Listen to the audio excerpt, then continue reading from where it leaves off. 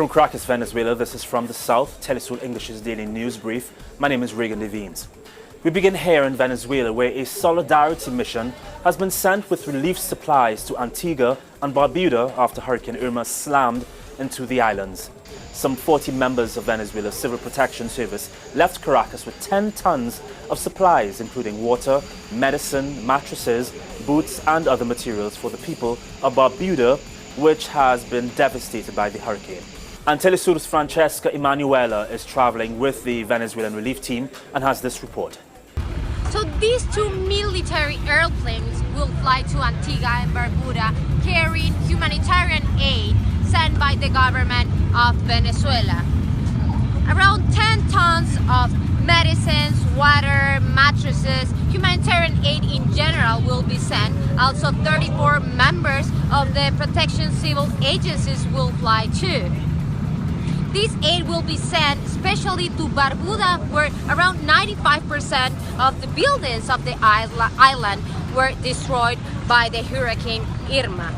After Category 5 Hurricane Irma hit various Caribbean nations, at least 8 people have lost their lives in the region, a figure that is expected to rise.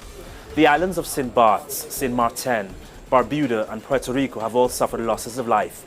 The powerful storm stayed its course as it pounded the north of the Dominican Republic with strong winds and rains after hitting the Lesser Antilles and Puerto Rico. 17 provinces, along with the Dominican capital of Santo Domingo, were declared on red alert. In Haiti, a red alert remains in effect throughout the country. Weather reports confirm that Hurricane Irma, considered the strongest in the Atlantic in 30 years, will move to the south of the United States. Hurricane Irma skirted the island of Puerto Rico on Wednesday night, leaving about 1 million people without power. According to Puerto Rico's governor, Ricardo Rosselló, officials have begun the task of assessing the damage to the island. Returning electricity to the hardest hit areas is also a priority, Rosselló said. The governor advised residents to remain alert as flash flooding and additional rain are likely to occur through to Saturday.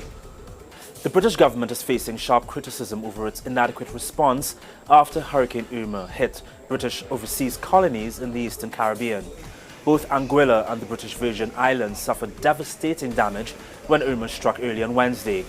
A former Anguilla government official, Dorothea Hodge, said it was, quote, absolutely disgraceful that Britain's international development minister had taken an entire day before issuing a response. Another resident said, quote, we are supposed to be like Gibraltar and the Falkland Islands, end quote. Prime Minister Theresa May defended her government's action. We have taken action, we moved swiftly. There are UK people, we have people on the ground, £32 million has been released. The Royal Fleet Auxiliary ship, RFA Mounts Bay, is in position, providing assistance from Royal Marines and Army engineers, and a task group, a military task group, is on its way on HMS Ocean with several hundred UK troops. And of course we will continue to look at what is needed and provide what is necessary. And we mustn't forget that there's a further storm on the way and that the Turks and Caicos Islands still lie in the path of Hurricane Irma. Pope Francis is in Colombia, where during his second day there, the pontiff met with a number of government officials. In the Arms Square of the House of Nariño, Francis was greeted by President Juan Manuel Santos, along with his wife Maria Clemencia Rodriguez.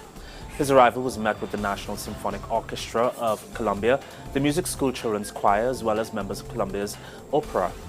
In addressing the crowds, the Pope discussed equity and inclusion to build a society of peace where violence can be eradicated.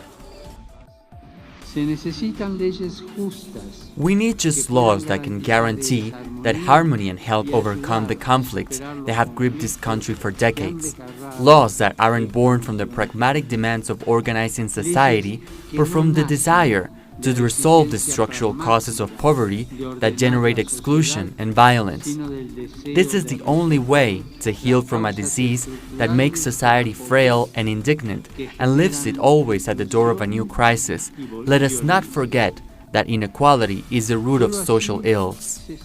Venezuelan authorities continue to fight corruption. Local police detained the director and 8 officials from the state oil company PDVSA.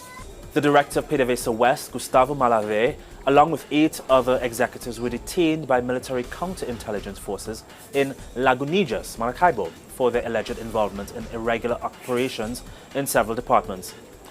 Investigations thus far suggest that the company has lost over $500 million between the years 2010 and 2017. Argentina's federal prosecutor Federico Delgado has opened a legal case against President Mauricio Macri and other government officials for covering up the disappearance of activist Santiago Maldonado. Among the others accused are the cabinet chief Marcos Peña and the security minister Patricia Bullrich. Social organizations have accused the government of mounting a campaign of misinformation since the activist disappeared after being arrested on August 1st. Almost all the Rohingya being treated at the Chittagong Medical College Hospital in southeast Bangladesh have been injured by gunshots or bomb blasts, according to a hospital document.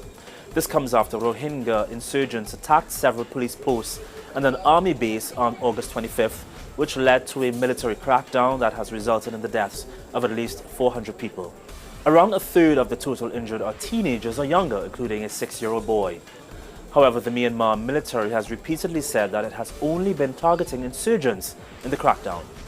We end tonight's show with a look at some of the suspect winners of the Nobel Peace Prize. One such recipient is Myanmar's current leader Aung San Suu Kyi, who has been slammed for her alleged complicity in what critics consider to be the ethnic cleansing of Rohingya Muslims. On our website, telesurtv.net/English, you'll find a video titled Nobel Peace Prize, How Peaceful Is It?